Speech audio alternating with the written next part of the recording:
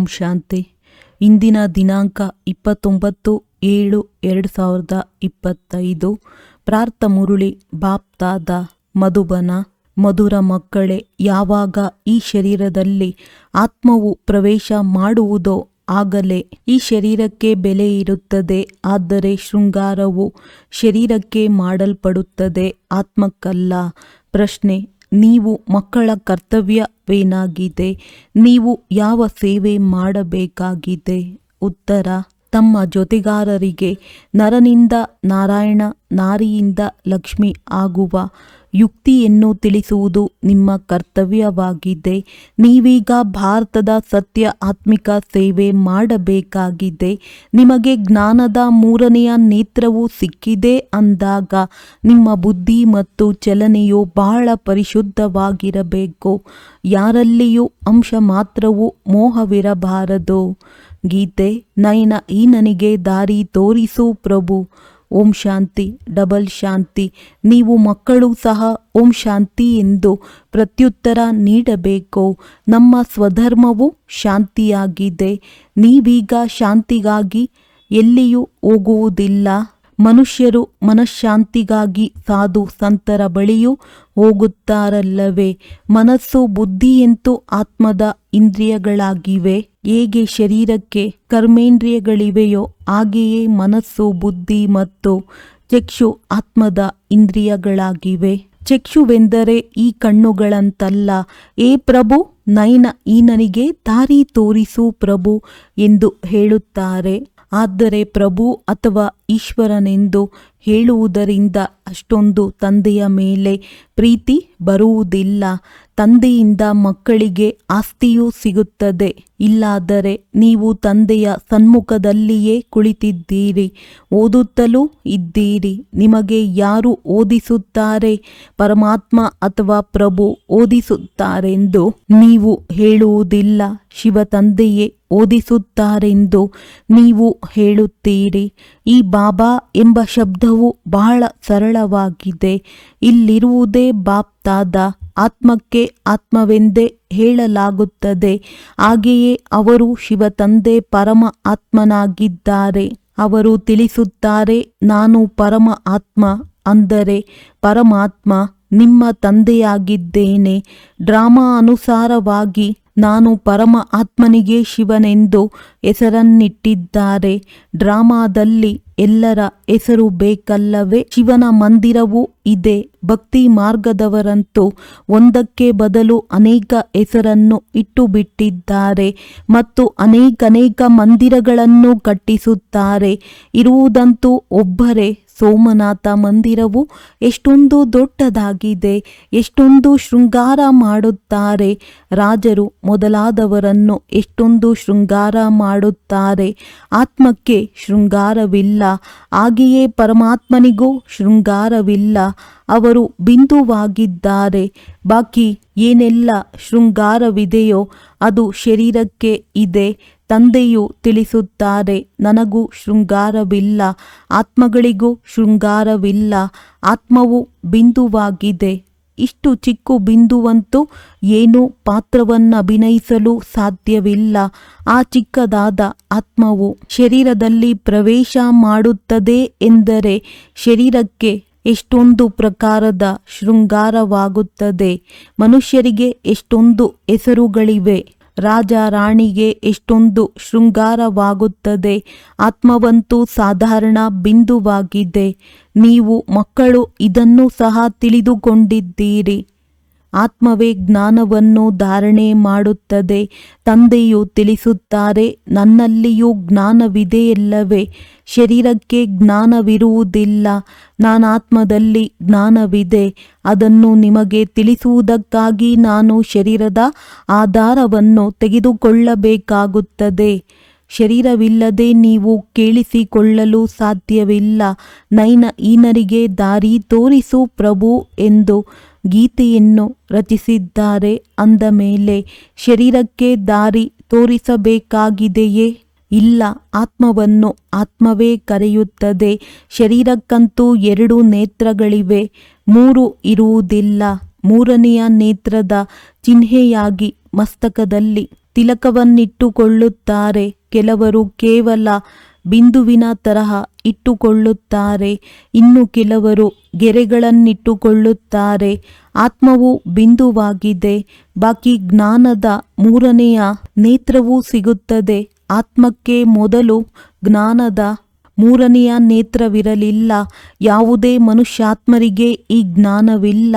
ಆದ್ದರಿಂದ ಜ್ಞಾನ ನೇತ್ರಹೀನ ಎಂದು ಹೇಳಲಾಗುತ್ತದೆ. ಬಾಕಿ ಈ ಕಣ್ಣುಗಳಂತೂ ಎಲ್ಲರಿಗೂ ಇದೆ. ಇಡೀ ಪ್ರಪಂಚದಲ್ಲಿ ಜ್ಞಾನದ ಮೂರನೆಯ ನೇತ್ರವು ಯಾರಿಗೂ ಇಲ್ಲ. ನೀವು ಸರ್ವೋತ್ತಮ ಬ್ರಾಹ್ಮಣ ಕುಲದವರಾಗಿದ್ದೀರಿ.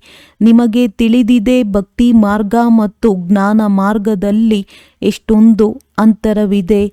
ನೀವು ರಚಯಿತ ಮತ್ತು ರಚನೆಯ ಆದಿ ಮಧ್ಯ ಅಂತ್ಯವನ್ನು ತಿಳಿದುಕೊಂಡು ಚಕ್ರವರ್ತಿ ರಾಜರಾಗುತ್ತೀರಿ. ಹೇಗೆ ICSನವರೂ ಸಹ ಬಹಳ ಉತ್ತಮ ಪದವಿಯನ್ನು ಪಡೆಯುತ್ತಾರೆ. ಆದರೆ ಇಲ್ಲಿ ಯಾರೂ ಸಹ ವಿದ್ಯೆಯಿಂದ ಪ್ರಧಾನಮಂತ್ರಿ ಇತ್ಯಾದಿಯಾಗುವುದಿಲ್ಲ. ಇಲ್ಲಂತೂ ಆಯ್ಕೆಯಾಗುತ್ತಾರೆ, ಮತದಾನದಿಂದ ಪ್ರಧಾನಮಂತ್ರಿ ಇತ್ಯಾದಿಯಾಗುತ್ತಾರೆ. ನೀವು ಆತ್ಮಗಳಿಗೆ ಈಗ ತಂದೆಯ ಶ್ರೀಮತವು ಸಿಗುತ್ತದೆ. ನಾನು ಆತ್ಮಕ್ಕೆ ಮತ ಕೊಡುತ್ತೇನೆ ಎಂಬ ಮಾತನ್ನು ಮತ್ಯಾರು ಹೇಳಲು ಸಾಧ್ಯವಿಲ್ಲ. ಅವರೆಲ್ಲರೂ ದೇಹಾಭಿಮಾನಿಗಳಾಗಿದ್ದಾರೆ. ತಂದೆಯೇ ಬಂದು ಆತ್ಮಾಭಿಮಾನಿಯಾಗುವುದನ್ನು ಕಲಿಸುತ್ತಾರೆ. ಎಲ್ಲರೂ ದೇಹಾಭಿಮಾನಿಗಳಾಗಿದ್ದಾರೆ. ಮನುಷ್ಯನ ಶರೀರಕ್ಕೆ ಎಷ್ಟೊಂದು ಫ್ಯಾಷನ್ ಮಾಡುತ್ತಾರೆ. ಇಲ್ಲಂತೂ ತಂದೆಯು ಆತ್ಮಗಳನ್ನೇ ನೋಡುತ್ತಾರೆ. ಶರೀರವಂತೂ ವಿನಾಶಿ, ಬೆಲೆ ಇಲ್ಲದ್ದಾಗಿದೆ. ಪ್ರಾಣಿಗಳ ಶರೀರವಾದರೂ ಮಾರಾಟವಾಗುತ್ತದೆ. ಆದರೆ ಮನುಷ್ಯನ ಶರೀರವು ಯಾವುದೇ ಕೆಲಸಕ್ಕೆ ಬರುವುದಿಲ್ಲ. ಈಗ ತಂದೆಯು ಬಂದು ಬೆಲೆ ಇರುವವರನ್ನಾಗಿ ಮಾಡುತ್ತಾರೆ. ನಾವೀಗ ದೇವತೆಗಳಾಗುತ್ತಿದ್ದೇವೆಂದು ಮಕ್ಕಳಿಗೆ ತಿಳಿದಿದೆ ಅಂದ ಮೇಲೆ ಈ ನೆಲೆ ಇರಬೇಕು. ಆದರೆ ಈ ನಶೆಯೂ ಸಹ ನಂಬರ್ವಾರ್ ಪುರುಷಾರ್ಥದನುಸಾರ ಇರುತ್ತದೆ. ಧನದ ನಶೆಯೂ ಇರುತ್ತದೆ ಎಲ್ಲವೇ. ನೀವು ಮಕ್ಕಳು ಈಗ ಬಹಳ ಧನವಂತರಾಗುತ್ತೀರಿ. ನಿಮಗೆ ಬಹಳಷ್ಟು ಸಂಪಾದನೆಯಾಗುತ್ತಿದೆ. ನಿಮ್ಮ ಮಹಿಮೆಯು ಅನೇಕ ಪ್ರಕಾರವಾಗಿದೆ. ನೀವು ಊದೋಟವನ್ನು ಸ್ಥಾಪನೆ ಮಾಡುತ್ತೀರಿ. ಸತ್ಯಯುಗಕ್ಕೆ ಭಗವಂತನ ಊದೋಟವೆಂದು ಹೇಳಲಾಗುತ್ತದೆ. ಯಾವಾಗ ಇದರ ನಾಟಿಯಾಗುತ್ತದೆ ಎಂಬುದು ಯಾರಿಗೂ ತಿಳಿದಿಲ್ಲ. ನಿಮಗೆ ತಂದೆಯೇ ತಿಳಿಸುತ್ತಾರೆ. ಏ ಊದೋಟದ ಮಾಲೀಕನೇ ಬನ್ನಿ ಎಂದು ಕರೆಯುತ್ತಾರೆ. ಅವರಿಗೆ ಮಾಲಿ ಎಂದು ಹೇಳುವುದಿಲ್ಲ. ಮಾಲಿಗಳು ನೀವು ಮಕ್ಕಳಾಗಿದ್ದೀರಿ. ಸೇವಾ ಕೇಂದ್ರಗಳನ್ನು ಸಂಭಾಲನೆ ಮಾಡುತ್ತೀರಿ. ಮಾಲಿಗಳು ಅನೇಕ ಪ್ರಕಾರದವರಿರುತ್ತಾರೆ. ಮಾಲೀಕನು ಒಬ್ಬರೇ ಆಗಿದ್ದಾರೆ. ಮೊಘಲ್ ಗಾರ್ಡನ್ ಮಾಲಿಗೂ ಸಹ ಅಷ್ಟು ಒಳ್ಳೆಯ ಸಂಬಳ ಸಿಗುತ್ತದೆ ಎಲ್ಲವೇ. ಉದ್ಯಾನವನವನ್ನು ಎಷ್ಟು ಸುಂದರವಾಗಿ ಮಾಡುತ್ತಾರೆ. ಅದನ್ನು ನೋಡಲು ಎಲ್ಲರೂ ಬರುತ್ತಾರೆ. ಮೊಘಲರು ಬಹಳ ಶೋಕಿನವರಾಗಿರುತ್ತಿದ್ದರು. ಅವರ ಪತ್ನಿಯು ಶರೀರ ಬಿಟ್ಟಿದ್ದರಿಂದ ತಾಜ್ ಮಹಲ್ ಅನ್ನು ಕಟ್ಟಿಸಿದ್ದರು. ಅವರ ಹೆಸರು ನಡೆದು ಬಂದಿದೆ. ಎಷ್ಟು ಒಳ್ಳೊಳ್ಳೆಯ ಸ್ಮಾರಕಗಳನ್ನು ಮಾಡಿದ್ದಾರೆ. ಆದ್ದರಿಂದ ತಂದೆಯು ತಿಳಿಸುತ್ತಾರೆ, ಮನುಷ್ಯರಿಗೆ ಎಷ್ಟು ಮಹಿಮೆಯಾಗುತ್ತದೆ. ಮನುಷ್ಯರು ಮನುಷ್ಯರೇ ಆಗಿದ್ದಾರೆ. ಯುದ್ಧದಲ್ಲಿ ಅನೇಕ ಮನುಷ್ಯರು ಸಾಯುತ್ತಾರೆ. ನಂತರ ಏನು ಮಾಡುತ್ತಾರೆ? ಸೀಮೆ ಎಣ್ಣೆ ಅಥವಾ ಪೆಟ್ರೋಲ್ ಹಾಕಿ ಸಮಾಪ್ತಿ ಮಾಡಿಬಿಡುತ್ತಾರೆ. ಕೆಲವರಂತೂ ಹಾಗೆಯೇ ಬಿದ್ದಿರುತ್ತಾರೆ. ಯಾರೂ ದಹನ ಕ್ರಿಯೆ ಮಾಡುವುದಿಲ್ಲ. ಸ್ವಲ್ಪವೂ ಮಾನ್ಯತೆಯೇ ಇಲ್ಲ ಅಂದಾಗ ಈಗ ನೀವು ಮಕ್ಕಳಿಗೆ ಎಷ್ಟೊಂದು ನಾರಾಯಣಿ ನಶೆ ಇರಬೇಕು. ಇದು ವಿಶ್ವದ ಮಾಲೀಕತ್ವದ ನಶೆಯಾಗಿದೆ. ಸತ್ಯನಾರಾಯಣನ ಕಥೆಯಾಗಿದೆ. ಅಂದ ಮೇಲೆ ಅವಶ್ಯವಾಗಿ ನಾರಾಯಣರು ಆಗುವಿರಿ. ಆತ್ಮಕ್ಕೂ ಜ್ಞಾನದ ಮೂರನೆಯ ನೇತ್ರ ಸಿಗುತ್ತದೆ. ಕೊಡುವವರು ತಂದೆಯಾಗಿದ್ದಾರೆ. ಮೂರನೆಯ ನೇತ್ರದ ಕಥೆಯೂ ಇದೆ. ಇದೆಲ್ಲದರ ಅರ್ಥವನ್ನು ತಂದೆಯು ತಿಳಿಸುತ್ತಾರೆ. ಕಥೆಯನ್ನು ಹೇಳುವವರು ಏನೂ ತಿಳಿದುಕೊಂಡಿರುವುದಿಲ್ಲ. ಅಮರ ಕಥೆಯನ್ನು ತಿಳಿಸುತ್ತಾರೆ. ಕಥೆಯನ್ನು ಹೇಳುವವರು ಏನು ತಿಳಿದುಕೊಂಡಿರುವುದಿಲ್ಲ. ಅಮರ ಕಥೆಯನ್ನು ತಿಳಿಸುತ್ತಾರೆ. ಅಮರನಾಥಕ್ಕೆ ಎಷ್ಟು ದೂರ ದೂರ ಹೋಗುತ್ತಾರೆ. ತಂದೆಯಂತೂ ಅಮರ ಕಥೆಯನ್ನು ತಿಳಿಸಿದರೆ ಯಾವುದೆಲ್ಲ ಕಥೆಗಳನ್ನು ಕಟ್ಟಿದ್ದಾರೆಯೋ ಅದೆಲ್ಲವೂ ನಾಟಕದಲ್ಲಿ ನಿಗದಿಯಾಗಿದೆ. ಇದು ಕಲ್ಪದ ನಂತರವೂ ಆಗುವುದು. ತಂದೆಯು ನೀವು ಮಕ್ಕಳಿಗೆ ಭಕ್ತಿ ಮತ್ತು ಜ್ಞಾನದ ಅಂತರವನ್ನು ತಿಳಿಸುತ್ತಾರೆ. ಈಗ ನಿಮಗೆ ಜ್ಞಾನದ 3ನೆಯ ನೇತ್ರವು ಸಿಕ್ಕಿದೆ. ಏ ಪ್ರಭು, ಅಂಧರಿಗೆ ದಾರಿ ತೋರಿಸು ಎಂದು ಹೇಳುತ್ತಾರಲ್ಲವೇ. ಭಕ್ತಿ ಮಾರ್ಗದಲ್ಲಿ ಕೂಗುತ್ತಾರೆ. ತಂದೆಯು ಬಂದು ಜ್ಞಾನದ 3ನೆಯ ನೇತ್ರವನ್ನು ಕೊಡುತ್ತಾರೆ. ಇದು ನಿಮ್ಮ ವಿನಃ ಮತ್ಯಾರಿಗೂ ತಿಳಿದಿಲ್ಲ. ಜ್ಞಾನದ 3ನೆಯ ನೇತ್ರವಿಲ್ಲ. ಆದ್ದರಿಂದ ನೆಪ ಹೇಳುತ್ತಾರೆ, ನಷ್ಟವೆಂದು ಹೇಳುತ್ತಾರೆ. ಕಣ್ಣುಗಳು ಸಹ ಕೆಲವರಿಗೆ ಕೆಲವೊಂದು ರೀತಿಯಲ್ಲಿರುತ್ತದೆ. ಕೆಲವರ ಕಣ್ಣು ಬಹಳ ಶೋಭಾಯಮಾನವಾಗಿರುತ್ತದೆ. ಅಂಥವರಿಗೆ ಬಹುಮಾನವೂ ಸಿಗುತ್ತದೆ. ಆಗ ಅವರಿಗೆ ಮಿಸ್ ಇಂಡಿಯಾ ಅಥವಾ ಮಿಸ್ ಯೂನಿವರ್ಸ್ ಇತ್ಯಾದಿಯಾಗಿ ಹೆಸರಿಡುತ್ತಾರೆ. ನೀವು ಮಕ್ಕಳನ್ನು ಈಗ ಹೇಗಿದ್ದವರನ್ನು ಏನು ಮಾಡುತ್ತಾರೆ? ಅಲ್ಲಂತೂ ಸ್ವಾಭಾವಿಕ ಸೌಂದರ್ಯವಿರುತ್ತದೆ. ಕೃಷ್ಣನಿಗೂ ಸಹ ಇಷ್ಟೊಂದು ಮಹಿಮೆ ಏಕೆ ಇದೆ? ಏಕೆಂದರೆ ಎಲ್ಲರಿಗಿಂತ ಹೆಚ್ಚು ಸುಂದರವಾಗಿರುತ್ತಾನೆ. ನಂಬರ್ 1ನಲ್ಲಿ ಕರ್ಮಾತೀತ ಸ್ಥಿತಿಯನ್ನು ಹೊಂದುತ್ತಾರೆ. ಆದ್ದರಿಂದ ನಂಬರ್ 1 ಗಾಯನವಿದೆ. ತಂದೆಯು ಮತ್ತೆ ತಿಳಿಸುತ್ತಾರೆ, ಮಕ್ಕಳೇ, ಮನ್ಮನಾಭವ. ಈ ಮಕ್ಕಳೇ, ತಮ್ಮ ತಂದೆಯನ್ನು ನೆನಪು ಮಾಡಿ. ಮಕ್ಕಳಲ್ಲಿ ನಂಬರ್ ವಾರ್ ಇರುತ್ತಾರಲ್ಲವೇ. ತಿಳಿದುಕೊಳ್ಳಿ, ಲೌಕಿಕ ತಂದೆಗೂ ಸಹ 5 ಜನ ಮಕ್ಕಳಿದ್ದರೆ ಅವರಲ್ಲಿ ಯಾರು ಬಹಳ ಬುದ್ಧಿವಂತರಾಗಿರುವರೋ ಅವರನ್ನು ಮುಂದಿಡುತ್ತಾರೆ. ಮಾಲೆಯ ಮಣಿಯಾದರಲ್ಲವೇ ಇವರು 2ನೆಯವರು, ಇವರು 3ನೆಯವರು ಎಂದು ಹೇಳುತ್ತಾರಲ್ಲವೇ. ಒಂದೇ ತರಹ ಎಂದಿಗೂ ಇರುವುದಿಲ್ಲ. ತಂದೆಯ ಪ್ರೀತಿಯೂ ಸಹ ನಂಬರ್ ವಾರ್ ಇರುತ್ತದೆ. ಆದರೆ ಅದು ಹದ್ದಿನ ಮಾತು. ಇದು ಬೇಹದ್ದಿನ ಮಾತಾಗಿದೆ. ಯಾವ ಮಕ್ಕಳಿಗೆ ಜ್ಞಾನದ 3ನೆಯ ನೇತ್ರವು ಸಿಕ್ಕಿದೆಯೋ ಅವರ ಬುದ್ಧಿ ಮತ್ತು ಚಲನೆ ಬಹಳ ಪರಿಶುದ್ಧವಾಗಿರುತ್ತದೆ. ಒಬ್ಬರು ಹೂಗಳ ರಾಜನಾಗಿದ್ದಾರೆ ಮತ್ತು ಈ ಬ್ರಹ್ಮ ಹಾಗೂ ಸರಸ್ವತಿಯು ರಾಜ ರಾಣಿ ಹೂವಾದರು. ಜ್ಞಾನ ಮತ್ತು ನೆನಪು ಎರಡರಲ್ಲಿಯೂ ತೀಕ್ಷ್ಣವಾಗಿದ್ದಾರೆ. ನೀವು ತಿಳಿದುಕೊಂಡಿದ್ದೀರಿ, ನಾವು ದೇವತೆಗಳಾಗಿದ್ದೇವೆ. ಅಷ್ಟರತ್ನಗಳಲ್ಲಿ ಬರುತ್ತೇವೆ. ಮಾಲೆಯಲ್ಲಿ ಮೊದಲನೆಯದು ಹೂವು ಶಿವತಂದೆ, ನಂತರ ಜೋಡಿ ಮಣಿಗಳು ಬ್ರಹ್ಮ ಸರಸ್ವತಿ. ಮಾಲೆಯ ಸ್ಮರಣೆ ಮಾಡುತ್ತಾರಲ್ಲವೇ. ವಾಸ್ತವದಲ್ಲಿ ನಿಮ್ಮದು ಪೂಜೆಯೆಲ್ಲ ಸ್ಮರಣೆಯಾಗುತ್ತದೆ. ನಿಮ್ಮ ಮೇಲೆ ಹೂಗಳನ್ನಿಡುವುದಿಲ್ಲ. ಶರೀರವೂ ಸಹ ಸಂಪೂರ್ಣ ಪವಿತ್ರವಾಗಿದ್ದಾಗಲೇ ಹೂಗಳನ್ನಿಡುತ್ತಾರೆ. ಇಲ್ಲಿ ಯಾರದ್ದೇ ಶರೀರವು ಪವಿತ್ರವಿಲ್ಲ. ಎಲ್ಲರೂ ವಿಕಾರದಿಂದ ಜನ್ಮ ಪಡೆಯುತ್ತಾರೆ. ಆದ್ದರಿಂದ ವಿಕಾರಿಗಳೆಂದು ಹೇಳಲಾಗುತ್ತದೆ. ಈ ಲಕ್ಷ್ಮೀ ನಾರಾಯಣರಿಗೂ ಸಂಪೂರ್ಣ ನಿರ್ವಿಕಾರಿಗಳೆಂದು ಹೇಳಲಾಗುತ್ತದೆ. ಅಲ್ಲಿ ಮಕ್ಕಳು ಸಹ ಜನ್ಮ ಪಡೆಯುತ್ತಾರಲ್ಲವೇ. ಯಾವುದೇ ಟ್ಯೂಬ್ನಿಂದ ಹೊರಬರುವುದಿಲ್ಲ. ಇವೆಲ್ಲವೂ ತಿಳಿದುಕೊಳ್ಳುವ ಮಾತುಗಳಾಗಿವೆ. ನೀವು ಮಕ್ಕಳನ್ನು ಇಲ್ಲಿ 7 ದಿನಗಳ ಕಾಲ ಕುಳ್ಳರಿಸಲಾಗುತ್ತದೆ. ಬಟ್ಟಿಯಲ್ಲಿ ಕೆಲವು ಇಟ್ಟಿಗೆಗಳು ಚೆನ್ನಾಗಿ ಸುಡುತ್ತವೆ, ಇನ್ನು ಕೆಲವು ಕಚ್ಚಾ ಆಗಿಯೇ ಉಳಿಯುತ್ತದೆ. ತಂದೆಯು ಬಟ್ಟಿಯ ಉದಾಹರಣೆಯನ್ನು ಕೊಡುತ್ತಾರೆ. ಶಾಸ್ತ್ರಗಳಲ್ಲಿ ಈ ಇಟ್ಟಿಗೆಗಳ ಬಟ್ಟಿಯ ವರ್ಣನೆ ಇರಲು ಸಾಧ್ಯವಿಲ್ಲ ಮತ್ತು ಅಲ್ಲಿ ಬೆಕ್ಕಿನ ಮಾತಿದೆ. ಗುಲಾಬ್ ಕಾವಲಿಯ ಕಥೆಯಲ್ಲಿಯೂ ಬೆಕ್ಕಿನ ಹೆಸರು ತೋರಿಸಿದ್ದಾರೆ. ಬೆಕ್ಕು ದೀಪವನ್ನು ನಂದಿಸಿ ಬಿಡುತ್ತಿತ್ತು. ನಿಮ್ಮದು ಸಹ ಇದೇ ಸ್ಥಿತಿಯಾಗುತ್ತದೆ ಎಲ್ಲವೇ. ಮಾಯಾ ಬೆಕ್ಕು ವಿಘ್ನಗಳನ್ನು ಹಾಕುತ್ತದೆ, ನಿಮ್ಮ ಸ್ಥಿತಿಯನ್ನೇ ಬೀಳಿಸಿ ಬಿಡುತ್ತದೆ. ದೇಹಾಭಿಮಾನವು ಮೊದಲನೆಯ ವಿಕಾರ. ಅದರ ನಂತರ ಮತ್ತೆಲ್ಲ ವಿಕಾರಗಳು ಬರುತ್ತವೆ. ಮೋಹವು ಬಹಳಷ್ಟಿರುತ್ತದೆ. ನಾನು ಭಾರತವನ್ನು ಸ್ವರ್ಗವನ್ನಾಗಿ ಮಾಡುವ ಆತ್ಮಿಕ ಸೇವೆಯನ್ನು ಮಾಡುತ್ತೇನೆ ಮಾಡುತ್ತೇನೆಂದು ಕನ್ಯೆಯು ಹೇಳಿದರೆ ಮೋಹಕ್ಕೆ ವಶರಾದ ತಂದೆ ತಾಯಿಯು ನಾವು ಅನುಮತಿ ಕೊಡುವುದಿಲ್ಲವೆಂದು ಹೇಳುತ್ತಾರೆ.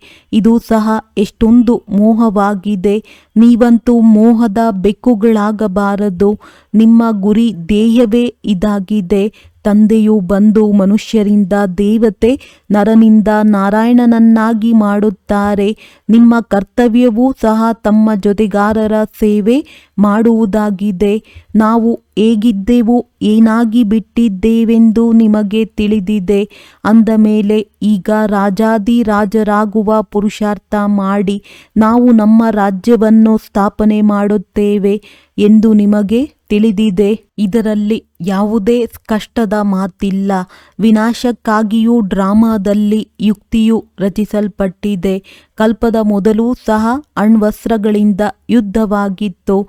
ಯಾವಾಗ ನೀವು ಪೂರ್ಣ ತಯಾರಾಗಿ ಬಿಡುವಿರೋ, ಹೂಗಳಾಗಿ ಬಿಡುವಿರೋ, ಆಗ ವಿನಾಶವಾಗುವುದು. ಇಲ್ಲಿ ಕೆಲವರು ರಾಜ ಹೂಗಳಿದ್ದಾರೆ, ಕೆಲವರು ಗುಲಾಬಿ, ಕೆಲವರು ಮಲ್ಲಿಗೆಯಾಗಿದ್ದಾರೆ. ಪ್ರತಿಯೊಬ್ಬರೂ ನಾನು ಎಕ್ಕದ ಹೂವಾಗಿದ್ದೇನೆಯೇ ಅಥವಾ ಸುಗಂಧಭರಿತ ಹೂವಾಗಿದ್ದೇನೆಯೇ ಎಂದು ತಮ್ಮನ್ನು ಚೆನ್ನಾಗಿ ನೋಡಿಕೊಳ್ಳಬಹುದು. ಅನೇಕ ಮಕ್ಕಳು ಇಂಥವರು ಇದ್ದಾರೆ, ಯಾರಿಗೆ ಜ್ಞಾನವು ಸ್ವಲ್ಪವೂ ಸಹ ಧಾರಣೆಯಾಗುವುದಿಲ್ಲ. ನಂಬರ್ ವಾರಂತೂ ಆಗುತ್ತಾರಲ್ಲವೇ. ಸಂಪೂರ್ಣ ಶ್ರೇಷ್ಠರು ಇಲ್ಲವೆಂದರೆ ಸಂಪೂರ್ಣ ಕನಿಷ್ಠರು. ರಾಜಧಾನಿಯು ಇಲ್ಲಿಯೇ ಸ್ಥಾಪನೆಯಾಗುತ್ತದೆ. ಪಾಂಡವರು ಪರ್ವತಗಳ ಮೇಲೆ ಕರಗಿ ಹೋದರೆಂದು ಶಾಸ್ತ್ರಗಳಲ್ಲಿ ತೋರಿಸಿದ್ದಾರೆ. ನಂತರ ಏನಾಯಿತೋ ಏನೂ ತಿಳಿದಿಲ್ಲ. ಇಂತಹ ಕಥೆಗಳನ್ನು ಬಹಳಷ್ಟು ರಚಿಸಿದ್ದಾರೆ. ಆದರೆ ಇಂತಹ ಯಾವುದೇ ಮಾತಿಲ್ಲ. ನೀವು ಮಕ್ಕಳೀಗ ಎಷ್ಟೊಂದು ಸ್ವಚ್ಛ ಬುದ್ಧಿಯವರಾಗುತ್ತೀರಿ. ತಂದೆಯು ನಿಮಗೆ ಅನೇಕ ಪ್ರಕಾರವಾಗಿ ತಿಳಿಸುತ್ತಿರುತ್ತಾರೆ. ಎಷ್ಟೊಂದು ಸಹಜವೂ ಆಗಿದೆ. ಕೇವಲ ತಂದೆ ಮತ್ತು ಆಸ್ತಿಯನ್ನು ನೆನಪು ಮಾಡಬೇಕಾಗಿದೆ. ತಂದೆಯು ತಿಳಿಸುತ್ತಾರೆ, ನಾನೇ ಪತಿತ ಪಾವನನಾಗಿದ್ದೇನೆ. ನಿಮ್ಮ ಆತ್ಮ ಮತ್ತು ಶರೀರವೆರಡೂ ಪತಿತವಾಗಿದೆ. ಈಗ ಆತ್ಮವು ಪವಿತ್ರವಾದರೆ ಶರೀರವು ಪವಿತ್ರವಾಗುತ್ತದೆ. ನೀವೀಗ ಬಹಳ ಪರಿಶ್ರಮ ಪಡಬೇಕಾಗಿದೆ. ತಂದೆಯು ತಿಳಿಸುತ್ತಾರೆ, ಮಕ್ಕಳು ಬಹಳ ನಿರ್ಬಲರಾಗಿದ್ದಾರೆ. ನೆನಪೇ ಮರೆತು ಹೋಗುತ್ತದೆ. ತಂದೆಯು ಬ್ರಹ್ಮ ತಮ್ಮ ಅನುಭವವನ್ನು ತಿಳಿಸುತ್ತಾರೆ. ಭೋಜನದ ಸಮಯದಲ್ಲಿ ಶಿವ ತಂದೆಯು ನನಗೆ ತಿನ್ನಿಸುತ್ತಾರೆಂದು ನೆನಪು ಮಾಡುತ್ತೇನೆ ಮತ್ತು ಮರೆತು ಬಿಡುತ್ತೇನೆ. ಪುನಃ ಸ್ಮೃತಿಗೆ ಬರುತ್ತದೆ. ನಿಮ್ಮಲ್ಲಿಯೂ ನಂಬರ್ ವಾರ್ ಪುರುಷಾರ್ಥದನುಸಾರ ಇದ್ದಾರೆ. ಕೆಲವರು ಬಂಧನ ಮುಕ್ತರಾಗಿದ್ದರೂ ಸಹ ತಾವೇ ಸಿಕ್ಕಿ ಹಾಕಿಕೊಂಡಿರುತ್ತಾರೆ. ಮಕ್ಕಳನ್ನು ದತ್ತು ತೆಗೆದುಕೊಳ್ಳುತ್ತಾರೆ. ಈಗ ನೀವು ಮಕ್ಕಳಿಗೆ ಜ್ಞಾನದ ಮೂರನೆಯ ನೇತ್ರವನ್ನು ಕೊಡುವ ತಂದೆಯು ಸಿಕ್ಕಿದ್ದಾರೆ. ಇದಕ್ಕೆ ಮೂರನೆಯ ನೇತ್ರದ ಕಥೆಯೆಂದು ಹೆಸರನ್ನಿಟ್ಟಿದ್ದಾರೆ. ನೀವೀಗ ನಾಸ್ತಿಕರಿಂದ ಆಸ್ತಿಕರಾಗುತ್ತೀರಿ. ನಿಮಗೆ ತಿಳಿದಿದೆ, ತಂದೆಯು ಬಿಂದುವಾಗಿದ್ದಾರೆ, ಜ್ಞಾನ ಸಾಗರನಾಗಿದ್ದಾರೆ. ಭಗವಂತನು ನಾಮರೂಪದಿಂದ ಭಿನ್ನವೆಂದು ಮನುಷ್ಯರು ಹೇಳಿಬಿಡುತ್ತಾರೆ. ಅರೆ, ಜ್ಞಾನ ಸಾಗರನೆಂದರೆ ಅವಶ್ಯವಾಗಿ ಜ್ಞಾನವನ್ನು ತಿಳಿಸುವವರಾಗಿರುವ ರೂಪದಿಂದ ಭಿನ್ನವೆಂದು ಹೇಗೆ ಕೇಳುತ್ತಾರೆ? ಸಾವಿರಾರು ಹೆಸರುಗಳನ್ನಿಟ್ಟಿದ್ದಾರೆ. ನೀವು ಮಕ್ಕಳಲ್ಲಂತೂ ಈ ಸಂಪೂರ್ಣ ಜ್ಞಾನವು ಚೆನ್ನಾಗಿ ಇರಬೇಕಾಗಿದೆ. ಪರಮಾತ್ಮನು ಜ್ಞಾನ ಸಾಗರನೆಂದು ಹೇಳುತ್ತಾರೆ. ಇಡೀ ಮರಗಿಡಗಳನ್ನೇ ಲೇಖನಿಯನ್ನಾಗಿ ಮಾಡಿಕೊಂಡರೂ ಸಹ ಅವರ ಮಹಿಮೆಯು ಅಂತ್ಯಗೊಳ್ಳುವುದಿಲ್ಲ. ಒಳ್ಳೆಯದು, ಮಧುರಾತಿ ಮಧುರ ಅಗಲಿ ಮರಳಿ ಸಿಕ್ಕಿರುವ ಮಕ್ಕಳ ಪ್ರತಿ ಮಾತ್ಪಿತಾ ಬಾಪ್ ದಾದಾರವರ ನೆನಪು, ಪ್ರೀತಿ ಹಾಗೂ ಸುಪ್ರಭಾತ. ಆತ್ಮೀಯ ಮಕ್ಕಳಿಗೆ ಆತ್ಮೀಯ ತಂದೆಯ ನಮಸ್ತೆ. ಧಾರಣೆಗಾಗಿ ಮುಖ್ಯ ಸಾರ: ನಾವೀಗ ತಂದೆಯ ಮೂಲಕ ಮೌಲ್ಯವಂತರಾಗುತ್ತಿದ್ದೇವೆ. ನಾವೇ ದೇವತೆಗಳಾಗುವವರಿದ್ದೇವೆ. ಇದೇ ನಾರಾಯಣಿ ನಶೆ ಇರಬೇಕು. ಬಂಧನ ಮುಕ್ತರಾಗಿ ಸೇವೆ ಮಾಡಬೇಕಾಗಿದೆ. ಬಂಧನಗಳಲ್ಲಿ ಸಿಕ್ಕಿ ಹಾಕಿಕೊಳ್ಳಬಾರದು. ಜ್ಞಾನ ಯೋಗದಲ್ಲಿ ತೀಕ್ಷ್ಣರಾಗಿ ಮಾತಾಪಿತರ ಸಮಾನ ರಾಜ ಹೂಗಳಾಗಬೇಕಾಗಿದೆ ಮತ್ತು ತಮ್ಮ ಜೊತೆಗಾರರ ಸೇವೆಯನ್ನು ಮಾಡಬೇಕಾಗಿದೆ. ವರದಾನ: ತಮ್ಮ ಸರ್ವ ಖಜಾನೆಗಳನ್ನು ಅನ್ಯ ಆತ್ಮಗಳ ಸೇವೆಯಲ್ಲಿ ತೊಡಗಿಸುತ್ತಾ ಸಹಯೋಗಿಗಳಾಗುವಂತಹ ಸಹಜ ಯೋಗಿ ಭವ. ಸಹಜ ಯೋಗಿಗಳಾಗುವ ಸಾಧನವಾಗಿದೆ. ಸದಾ ತಮ್ಮನ್ನು ಸಂಕಲ್ಪದ ಮೂಲಕ, ವಾಣಿಯ ಮೂಲಕ ಹಾಗೂ ಪ್ರತಿ ಕಾರ್ಯದ ಮೂಲಕ ವಿಶ್ವದ ಸರ್ವ ಆತ್ಮಗಳ ಪ್ರತಿ ಸೇವಾದಾರಿ ಎಂದು ತಿಳಿದು ಸೇವೆಯಲ್ಲಿಯೇ ಎಲ್ಲವನ್ನೂ ತೊಡಗಿಸಿ ಬ್ರಾಹ್ಮಣ ಜೀವನದಲ್ಲಿ ಶಕ್ತಿಗಳ, ಗುಣಗಳ, ಜ್ಞಾನದ ಹಾಗೂ ಶ್ರೇಷ್ಠ ಸಂಪಾದನೆಯ ಸಮಯದ ಖಜಾನೆ ತಂದೆಯ ಮೂಲಕ ಪ್ರಾಪ್ತಿಯಾಗಿದೆ. ಅದನ್ನು ಸೇವೆಯಲ್ಲಿ ತೊಡಗಿಸಿ ಅರ್ಥಾತ್ ಸಹಯೋಗಿಗಳಾಗಿ ನಂತರ ಸಹಜ ಯೋಗಿ ಆಗಿಬಿಡುವಿರಿ. ಆದರೆ ಯಾರು ಸಂಪನ್ನರಾಗಿದ್ದಾರೆ ಅವರೇ ಸಹಯೋಗಿಗಳಾಗಲು ಸಾಧ್ಯ. ಸಹಯೋಗಿಗಳಾಗುವುದು ಅರ್ಥಾತ್ ಮಹಾದಾನಿಗಳಾಗುವುದು. ಸ್ಲೋಗನ್: ಬೇಹದ್ದಿನ ವೈರಾಗಿಗಳಾದಾಗ ಆಕರ್ಷಣೆಯ ಎಲ್ಲ ಸಂಸ್ಕಾರ ಸಹಜವಾಗಿ ಸಮಾಪ್ತಿಯಾಗಿ ಬಿಡುವುದು. ಅವ್ಯಕ್ತ ಸೂಚನೆ: ಸಂಕಲ್ಪ ಶಕ್ತಿಯನ್ನು ಜಮಾ ಮಾಡಿ ಶ್ರೇಷ್ಠ ಸೇವೆಗೆ ನಿಮಿತ್ತರಾಗಿ ಹೇಗೆ ತಮ್ಮ ಸ್ಥೂಲ ಕಾರ್ಯಗಳ ಪ್ರೋಗ್ರಾಂ ಅನ್ನು ದಿನಚರಿಯ ಪ್ರಮಾಣ ಸೆಟ್ ಮಾಡುತ್ತೀರಿ, ಅದೇ ರೀತಿ ತಮ್ಮ ಮನಸ ಸಮರ್ಥ ಸ್ಥಿತಿಯ ಪ್ರೋಗ್ರಾಂ ಸೆಟ್ ಮಾಡಿ. ಆಗ ಸಂಕಲ್ಪ ಶಕ್ತಿ ಜಮಾ ಆಗುತ್ತಾ ಹೋಗುವುದು. ತಮ್ಮ ಮನಸ್ಸನ್ನು ಸಮರ್ಥ ಸಂಕಲ್ಪಗಳಲ್ಲಿ ವ್ಯಸ್ತವಾಗಿ ಇಟ್ಟುಕೊಳ್ಳಿ. ಆಗ ಮನಸ್ಸು ಅಪ್ಸೆಟ್ ಆಗಲು ಸಮಯವೇ ಸಿಗುವುದಿಲ್ಲ. ಮನಸ್ಸು ಸದಾ ಸೆಟ್ ಅರ್ಥಾತ್ ಏಕಾಗ್ರವಾಗಿ ಇದ್ದರೆ ಸ್ವತಃವಾಗಿ ಒಳ್ಳೆಯ ವೈಬ್ರೇಷನ್ ಹರಡುತ್ತದೆ, ಸೇವೆ ಆಗುತ್ತದೆ. ಒಳ್ಳೆಯದು. ಓಂ ಶಾಂತಿ.